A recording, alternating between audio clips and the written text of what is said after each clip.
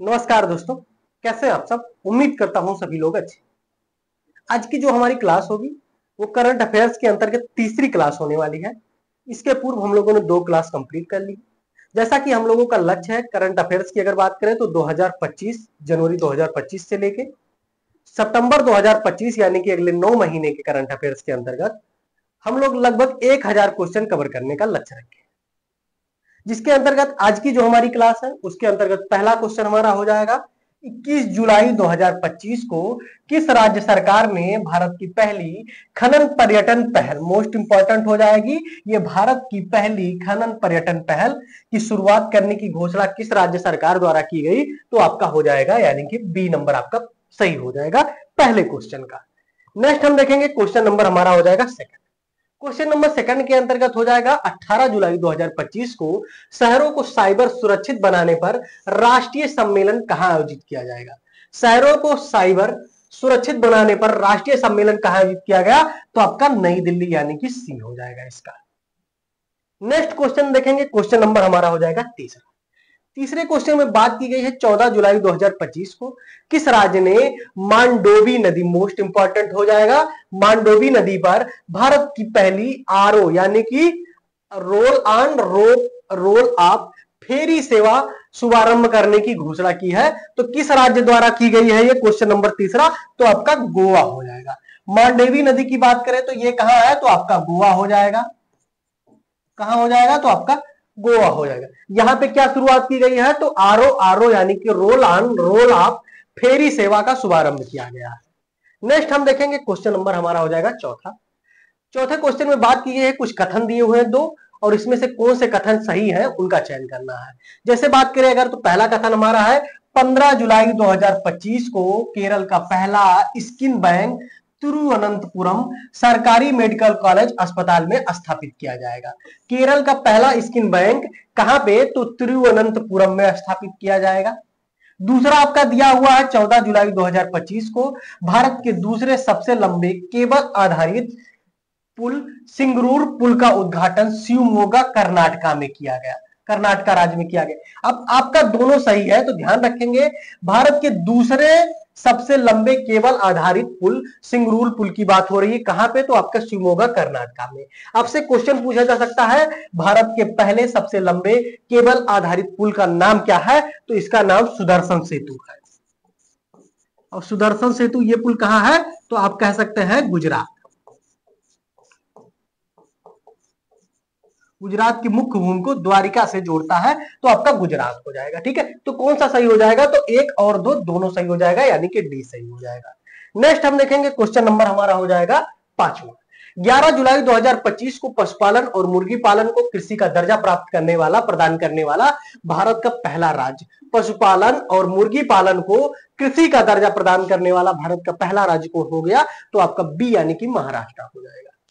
Next हम देखेंगे question number हमारा 6 हो जाएगा। निम्नलिखित कथनों पर विचार करना है और इसमें दो कथन दिए हुए हैं, इसमें से कौन से कथन सही है उनको चुनना है। जुलाई 2025 में बिहार के सुपर फूड कहे जाने वाले मखाना यानी कि फॉक्स नट्स कृषि उत्पाद को अंतरराष्ट्रीय स्तर पर खास हार्मोनाइज्ड सिस्टम यानी कि एचएस कोड अर्थात ग्लोबल पासपोर्ट प्रदान किया गया। मोस्ट इंपॉर्टेंट हो जाएगा किसको, तो बिहार के मखाना को। दूसरा आप ध्यान रखेंगे, बिहार के मखाना को दूसरे नाम से किस नाम से जाना जाता है, तो इसको सुपर फूड के नाम से जाना जाता है। इसको क्या प्रदान किया गया, तो ग्लोबल पासपोर्ट प्रदान किया गया बिहार के मखाना। दूसरा आपका देखेंगे, पहला तो आपका सही हो गया।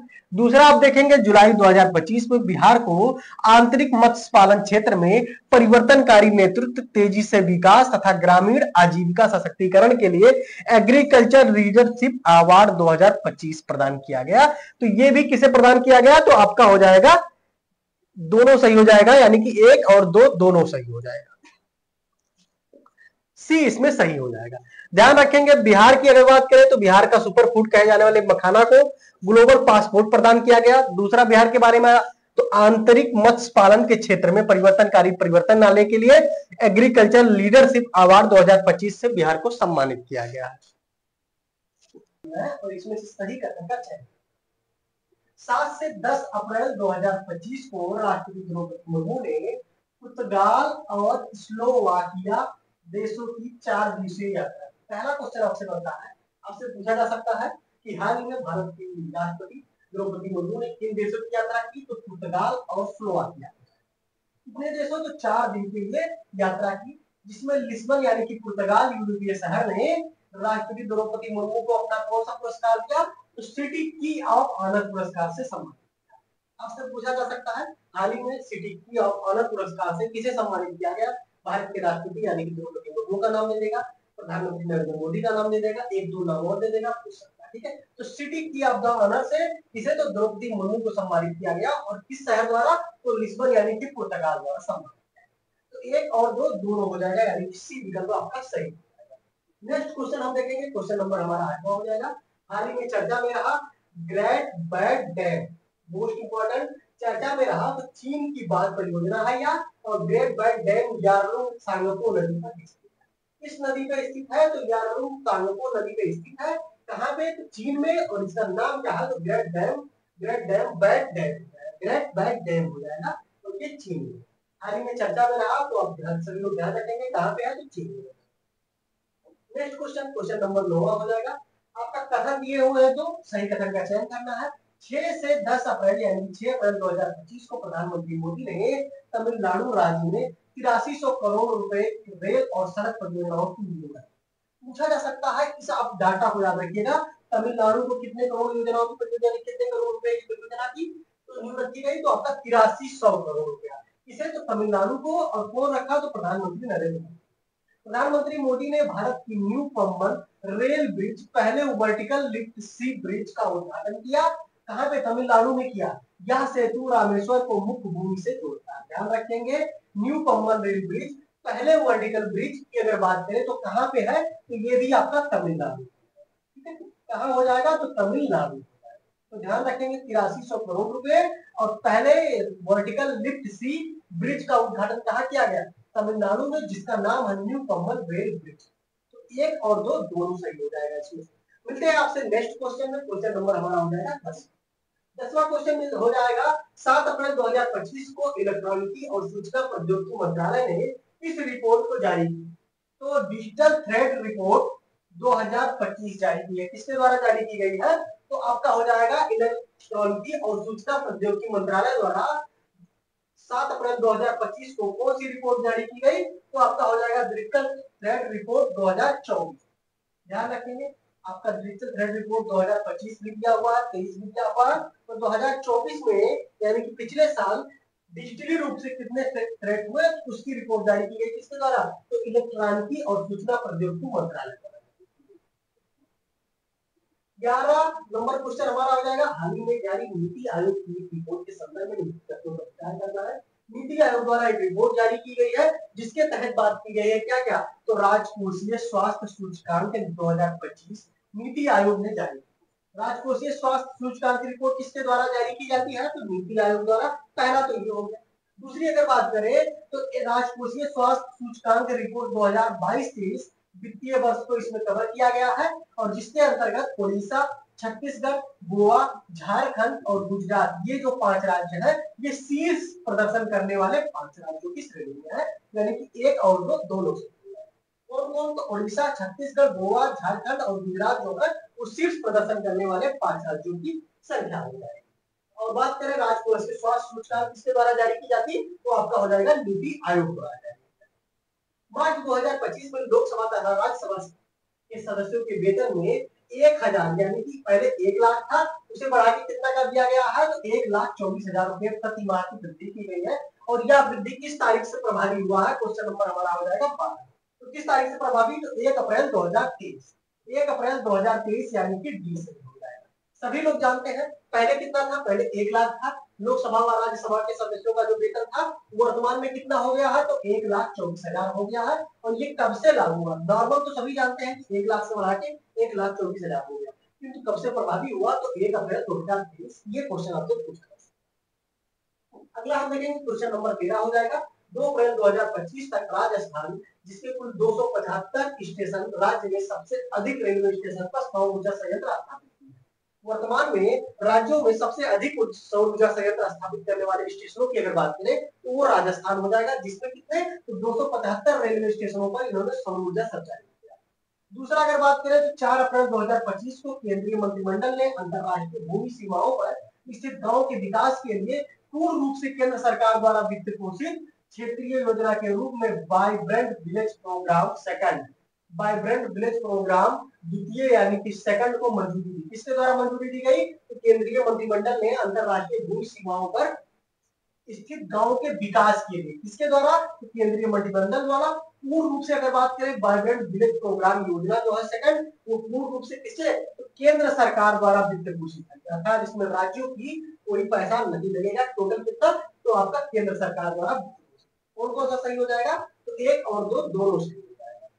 नेक्स्ट क्वेश्चन हमारा हो जाएगा क्वेश्चन नंबर 14 में बात की गई है कि 28 मार्च 2025 को आर्थिक मामलों की मंडलीय समिति ने पटना आरा सासाराम कॉरिडोर 120 किलोमीटर के निर्माण को मंजूरी दी। ध्यान रखेंगे, पटना आरा और सासाराम कॉरिडोर की लंबाई पूछा जा सकता है, 120 किलोमीटर है। और इसको बात करें तो आर्थिक मामलों की मंत्रिमंडलीय समिति द्वारा इसे मंजूरी प्रदान की गई है। वर्तमान में अगर बात करें तो मार्च 2025 को बेंगलुरु कर्नाटक में आयोजित पुष्कुर ब्रह्मा देवी यात्रा महोत्सव के दौरान 150 फीट से अधिक ऊंचा रथ दुर्घटनाग्रस्त हो गया। हाल ही में बहुत ही चर्चा में रहा है। पहले आपसे पूछा जा सकता है, क्वेश्चन बन सकता है कि आपका पुष्कुर मुहुरम्मा देवी यात्रा महोत्सव कहाँ मनाया जाता है? तो ये आपका हो जाएगा कर्नाटक। और हाल ही में आपसे पूछा जा सकता है कि भोजपुर मुहुरम्मा देवी यात्रा महोत्सव हाल ही में चर्चा में रहा, वह किन कारणों से? तो दुर्घटनाग्रस्त यानी कि रथ यहाँ का दुर्घटनाग्रस्त हो गया था, इसीलिए चर्चा में रहा। और ये अभी तक का इसकी रथ की ऊंचाई जो थी वो 150 फीट इसकी ऊंचाई, यानी कि कौन सा सही हो जाएगा? तो एक और दो दोनों सही हो जाएगा। ध्यान रखेंगे सभी लोग, मोस्ट इंपॉर्टेंट क्वेश्चन हो जाएगा। नेक्स्ट हम देखेंगे क्वेश्चन नंबर हमारा 15 हो जाएगा। मार्च 2025 में केंद्रीय मंत्री प्रहलाद जोशी द्वारा भारत की पहली एआई संचालित सौर निर्माण इकाई कहां यानी कि सूरत गुजरात में स्थापित की गई। किसके द्वारा? तो प्रहलाद जोशी द्वारा भारत की पहली एआई संचालित सौर निर्माण इकाई कहां? तो गुजरात यानी कि सूरत में स्थापित की गई। दूसरी अगर बात करें, दूसरे में बात की गई, पहला तो सही हो जाएगा। 19 मार्च 2025 को पूसा नई दिल्ली में भारत और जर्मनी देश के बीच कृषि पर संयुक्त कार्य समूह की 10वीं बैठक हुई। ध्यान रखेंगे ये 10वीं बैठक नहीं हुई है, ये 8वीं बैठक हुई है। ठीक है, तो दूसरा आपका गलत हो जाएगा, पहला सही हो जाएगा, यानी केवल एक सही है।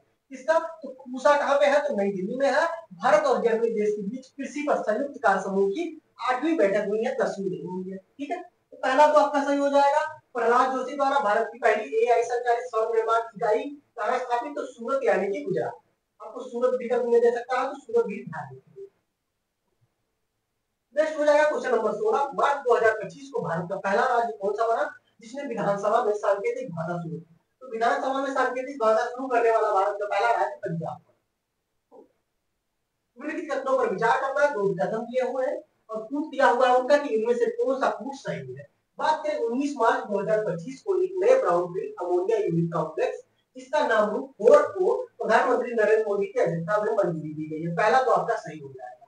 ध्यान रखेंगे, नए ब्राउनफील्ड अमोनिया यूरिया कॉम्प्लेक्स जिसका नाम फोर्ट को प्रधानमंत्री नरेंद्र मोदी की अध्यक्षता में मंजूरी दी गई है, ये तो सही हो जाएगा। यह परियोजना Brahmaputra valley fertilizers corporation limited, most important हो जाएगा, असम में स्थित है, उसके द्वारा शुरू की गई है। किसके द्वारा? तो Brahmaputra valley fertilization corporation limited नाम असम में स्थित है, जिसके द्वारा नए ब्राउनफील्ड अमोनिया यूरिया कॉम्प्लेक्स नाम को मंजूरी प्रदान की गई है। ठीक है, तो ये आपका एक और दो दोनों सही हो जाएगा। 18 मार्च 2025 को भारत का पहला green waste processing plant बिचौली Humphry Indore में स्थापित किया जा रहा है, मोस्ट इंपॉर्टेंट हो जाएगा। ये भारत का पहला green waste processing plant बिचौली Humphry Indore में स्थापित होगा। भारत का पहला ग्रीन वेस्ट प्रोसेसिंग प्लांट कहां स्थापित होगा? तो इंदौर में। इंदौर में भी अगर बात करें तो कहां? तो बिचौली हफ्सी में होगा। ठीक है, दूसरा अगर बात करें तो मार्च 2025 को दिल्ली राज्य केंद्र शासित प्रदेश की पुलिस ने शिष्टाचार स्क्वाड लॉन्च किया गया। हाल ही में किस राज्य की पुलिस द्वारा शिष्टाचार स्क्वाड लॉन्च किया गया? तो आपका हो जाएगा दिल्ली। ठीक है, यह तो पूछा जा सकता है कि शिष्टाचार स्क्वाड का संबंध किससे है? तो दिल्ली पुलिस से। नेक्स्ट हम देखेंगे 16 से 18 मार्च 2025 को फिट इंडिया कार्निवल 2025 का आयोजन नई दिल्ली में किया गया। क्वेश्चन नंबर हमारा हो जाएगा 18। तो कहां किया गया है ये? तो आपका हो जाएगा नई दिल्ली में किया गया, ये भी आपका सही हो जाएगा। और 12 मार्च 2025 को नई दिल्ली में जल सततता सम्मेलन 2025 का आयोजन ऊर्जा मंत्रालय ने किया। ऊर्जा मंत्रालय द्वारा जल सततता सम्मेलन 2025 का आयोजन नहीं किया गया है, ये किसके द्वारा किया गया? तो आपका जल शक्ति मंत्रालय ध्यान, किसके द्वारा किया गया? तो जल शक्ति मंत्रालय द्वारा किया गया है, ना कि ऊर्जा मंत्रालय द्वारा। तो डी आपका गलत हो जाएगा, बाकी तीनों आपका सही हो जाएगा।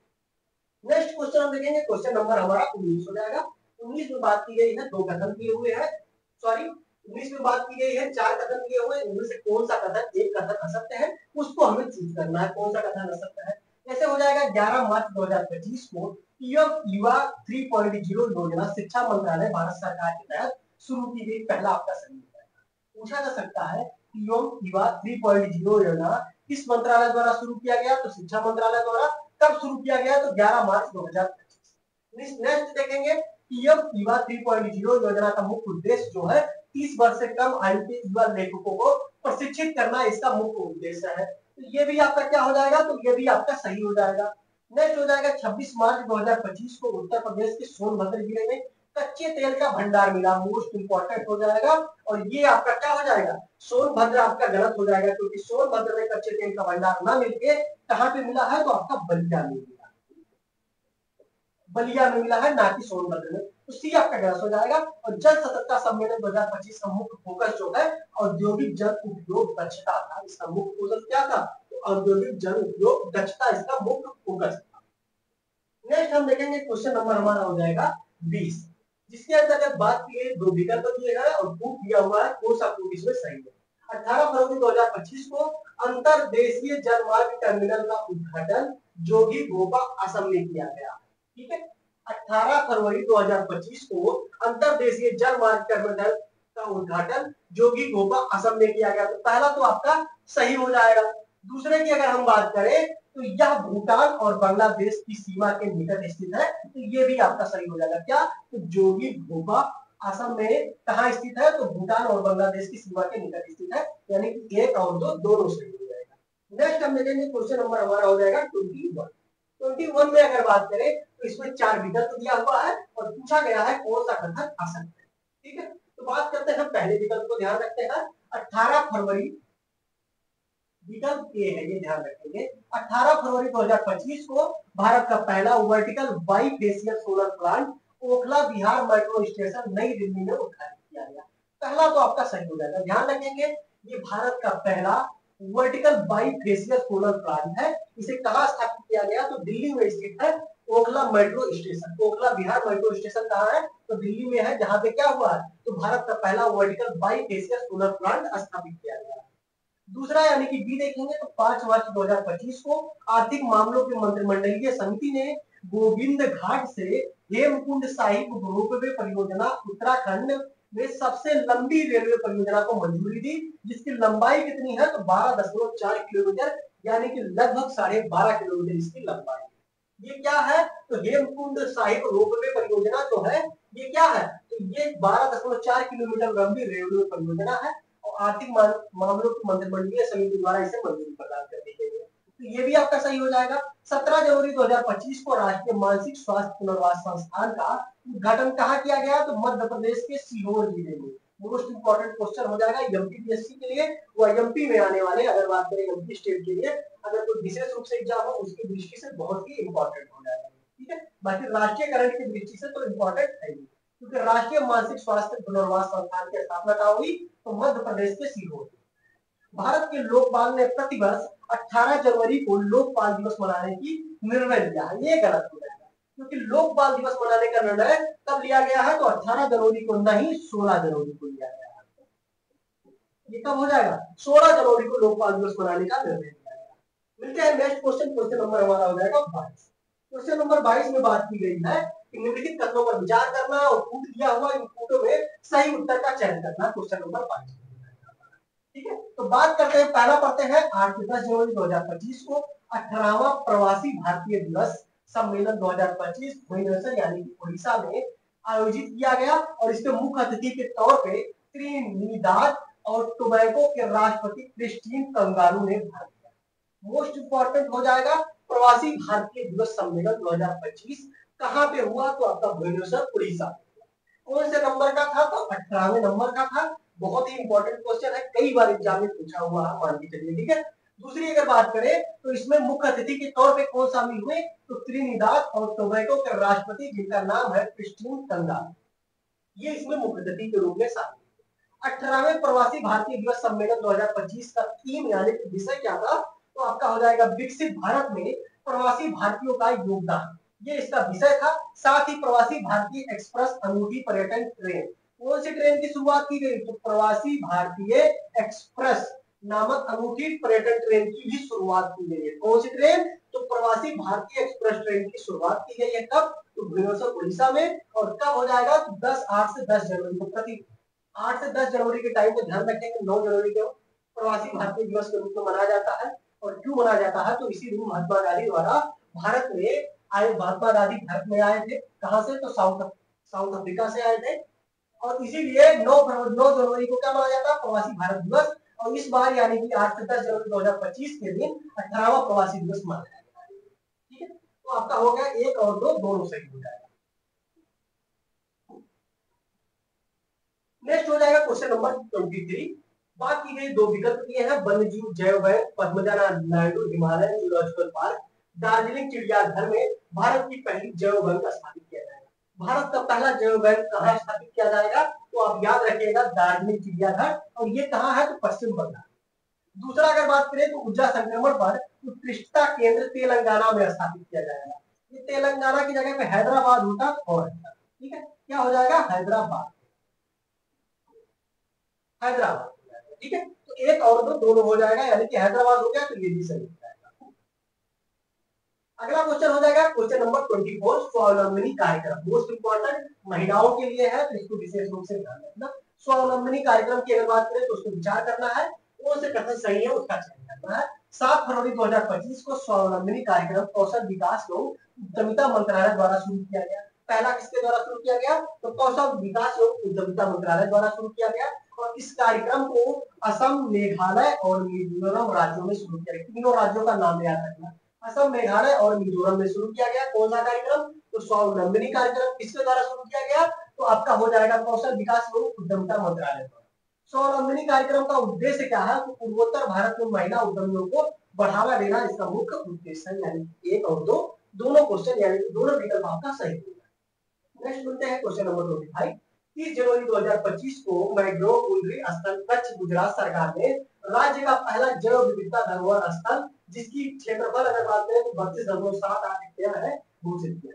राज्य का पहला, गुजरात राज्य का पहला जैव विविधता धरोहर स्थल किसे घोषित किया गया? तो मैंग्रोव कुंडली स्थल, जो कहाँ पे है? तो कच्छ गुजरात में है।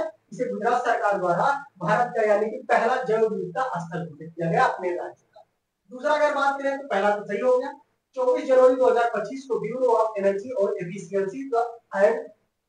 एफिशिएंसी और the energy and resources institute, दो संगठनों ने ऊर्जा संरक्षण पर उत्कृष्टता केंद्र के लिए एमओयू पर हस्ताक्षर किया है, तो ये भी आपका सही हो जाएगा, यानी कि 1 और 2 दोनों सही हो जाएगा। नेक्स्ट हम देखेंगे क्वेश्चन नंबर हमारा हो जाएगा 26 में बात की गई है कि 7 फरवरी 2025 को केंद्रीय मंत्रिमंडल द्वारा साउथ कोस्ट रेलवे जोन को मंजूरी दी गई। हाल ही में किस नए रेलवे जोन को मंजूरी दी गई? तो साउथ कोस्ट रेलवे जोन को मंजूरी दी गई है। और ग्वालियर रेलवे डिवीजन दो अलग अलग डिवीजन में विभाजित हुआ। कौन सा रेलवे डिवीजन दो अलग अलग डिवीजन में विभाजित हुआ? तो Gwalior railway division. Gwalior railway division के बारे में थोड़ा सा ध्यान देंगे। ग्वालियर रेलवे डिवीजन भारत पहले भाग का नया नाम विशाखापट्टनम डिवीजन, और दूसरा जो डिवीजन डिवाइड हुआ है उसको ईस्ट कोस्ट रेलवे जोन, जिसका मुख्यालय रायगढ़ उड़ीसा में है, रेलवे जोन के रूप में विभाजित किया गया। इसको कितने? तो दो अलग रेलवे जोन में विभाजित किया गया। कौन को? तो विशाखापट्टनम डिवीजन और ईस्ट कोस्ट रेलवे जोन मुख्यालय रायगढ़ जो उड़ीसा में है उसमें डिवाइड किया गया, यानी कि 1 और 2। अगला सूची दिया हुआ है, राज्य दिया हुआ, उसके राज्यपाल का नाम दिया है, आपको मिलाना है। क्वेश्चन नंबर हमारा हो जाएगा 26। बात करें राज्य की, अगर बात करें तो कौन कौन सा राज्य? उड़ीसा, केरल, मिजोरम और मणिपुर, 4 राज्य दिए हुए हैं। इनके राज्यपाल की अगर बात करें तो आपको मिलान करना है। तो बात करें अगर उड़ीसा के राज्यपाल कौन से है, तो आपका हरिभाऊ कुम्भवती जो है ये उड़ीसा के राज्यपाल है, यानी कि ए का चौथा हो जाएगा। केरल के राज्यपाल की अगर बात करें तो ये कौन हो जाएगा? तो राजेंद्र अर्लेकर जो है ये केरल के राज्यपाल है। मिजोरम के राज्यपाल की अगर हम बात करें तो कौन हो जाएगा, तो विजय कुमार सिन्हा, यानी कि ये हो जाएगा। और मणिपुर के राज्यपाल कौन हो जाएंगे, अजय कुमार भल्ला जो है ये मणिपुर के राज्यपाल। ध्यान रखेंगे, राज्य और राज्यपाल से पूछा जा सकता है। और वैश्विक स्तर पे अगर बात करें तो देश उसकी राजधानी पूछी जा सकती है, या वर्तमान में अगर बात करें करंट के हिसाब से ऐसे देशों के प्रधानमंत्री या राष्ट्रपति का नाम पूछा जा सकता है, या वहां की राजधानियां पूछी जा सकती है जहां के राष्ट्रपति या प्रधानमंत्री भारत आए हो, या भारत के राष्ट्रपति या प्रधानमंत्री उस देश में गए। ऐसे देश इंपॉर्टेंट होते हैं राज्य की राजधानी और प्रधानमंत्री की दृष्टि से। क्वेश्चन नंबर हमारा हो जाएगा 29, इसमें भी राज्यपाल दिए हुए हैं, उसके बगल में सामने दिया हुआ है राज्य, इस राज्य के राज्यपाल। आरिफ मोहम्मद खान की अगर बात करें तो वर्तमान में ये बिहार के राज्यपाल है, इससे पहले केरल के राज्यपाल थे। हरिभाऊ बांगड़े, हरिभाऊ बांगड़े की अगर बात करें तो ये कहाँ के राज्यपाल है, कौन सा सुनिश्चित नहीं है उसका चयन करना। तो पहला तो आपका सुनिश्चित हो गया। हरिभाऊ बांगड़े की अगर बात करें तो ये कहाँ के, तो ये भी राजस्थान के हैं, तो ये भी आपका सुनिश्चित हो गया। तीसरा आपका हो जाएगा ओम प्रकाश माथुर। ओम प्रकाश माथुर की अगर बात करें तो ये कहाँ के हो जाएंगे, तो ये भी आपका सिक्किम के राज्यपाल है, ये भी हो जाएगा। और सीपी राधाकृष्णन जो है पंजाब के राज्यपाल ना होंगे, कहाँ के थे, तो महाराष्ट्र, महाराष्ट्र के थे। वर्तमान में अगर बात करें तो भारत के उपराष्ट्रपति के रूप में इन्हें चुना गया। निम्नलिखित तत्वों में से कौन सा कथन असत्य है। सर्वश्रेष्ठ अंतर्देशीय मत्स्य पालन राज्य का पुरस्कार केरल राज्य को मिला है। ध्यान रखेंगे, सर्वश्रेष्ठ अंतर्देशीय मत्स्य पालन राज्य का पुरस्कार केरल राज्य को मिला। Question number 29। तो पहला आपका क्या हो जाएगा, तो पहला आपका गलत हो जाएगा, असत्य पूछा गया है, यही आपका असत्य हो जाएगा, क्योंकि अंतरदेशीय पूछ रहा है, अंतरदेशीय मत्स्य पालन राज्य का पुरस्कार की बात हो रही है, तो आपका तेलंगाना होगा, ना कि केरला। ठीक है, क्योंकि केरला अंतरदेशीय नहीं है। युग युगीन भारत राष्ट्रीय संग्रहालय नई दिल्ली में स्थापित किया गया। युग युगीन भारत राष्ट्रीय संग्रहालय कहाँ स्थापित किया गया, तो नई दिल्ली में। ये क्वेश्चन अपने आप में ये है। तीसरे क्वेश्चन की अगर बात करें तो देश का शीर्ष समुद्री जिला कोल्लम को घोषित किया गया है। तो ये आपको कोल्लम, देश का शीर्ष समुद्री जिला किसे घोषित किया गया, तो कोल्लम को। 15 दिसंबर 2024 को अत्याधुनिक जियो साइंस म्यूजियम का उद्घाटन कहाँ पे किया गया, तो ग्वालियर यानी कि मध्य प्रदेश में किया गया। तो बी सी और डी सही है, ए जो है वो गलत है, क्योंकि अंतरदेशीय मत्स्य पालन राज्य का पुरस्कार केरल को ना मिलकर तेलंगाना। नेक्स्ट क्वेश्चन हमारा हो जाएगा क्वेश्चन नंबर 30। क्वेश्चन नंबर 30 में कुछ मत्स्य पालक दिए हुए हैं और दूसरा दिया है जिला, ठीक है, और आपको मिलान करना है। क्वेश्चन नंबर 30 बात करेंगे तो अगर, तो पहला हमारा हो जाएगा सर्वश्रेष्ठ अंतरदेशीय मत्स्य पालन जिला कौन सा हो जाएगा, तो कांकेर छत्तीसगढ़ हो जाएगा। उत्तर पूर्वी एवं हिमालयी क्षेत्र का सर्वश्रेष्ठ मत्स्य पालन जिला कौन सा है, तो दारांग जो असम में स्थित है। केंद्र शासित प्रदेशों में सर्वश्रेष्ठ मत्स्य पालन जिले का पुरस्कार किस जिले को मिला, तो ये आपका कुलगाम यानी कि जम्मू कश्मीर में। और 21 नवंबर 2024 को किस राज्य की सर्वश्रेष्ठ समुद्री राज्य के पुरस्कार के रूप में सम्मानित किया गया है, तो आपका केरल। ध्यान रखेंगे, राज्य के सर्वश्रेष्ठ समुद्री राज्य के पुरस्कार के रूप में किसे, तो केरल में। अंतरदेशीय पूछता तो आपका तेलंगाना हो जाता है, दोनों को आप ध्यान रखेंगे। नेक्स्ट मिलते हैं आपसे क्वेश्चन नंबर 31 और यही लास्ट क्वेश्चन हमारा है। 25 नवंबर 2024 को केंद्र सरकार ने हियो जल विद्युत परियोजना को स्वीकृति प्रदान की। इस संदर्भ में निम्नलिखित तथ्यों पर विचार करें। हियो जल विद्युत परियोजना जो है वो अरुणाचल प्रदेश के सियोमी जिले में स्थित है। पहला तो आपसे पूछा जा सकता है कि हाल ही में चर्चा में रहा हियो जल विद्युत परियोजना किस राज्य से संबंधित है, तो आपका अरुणाचल प्रदेश होता है।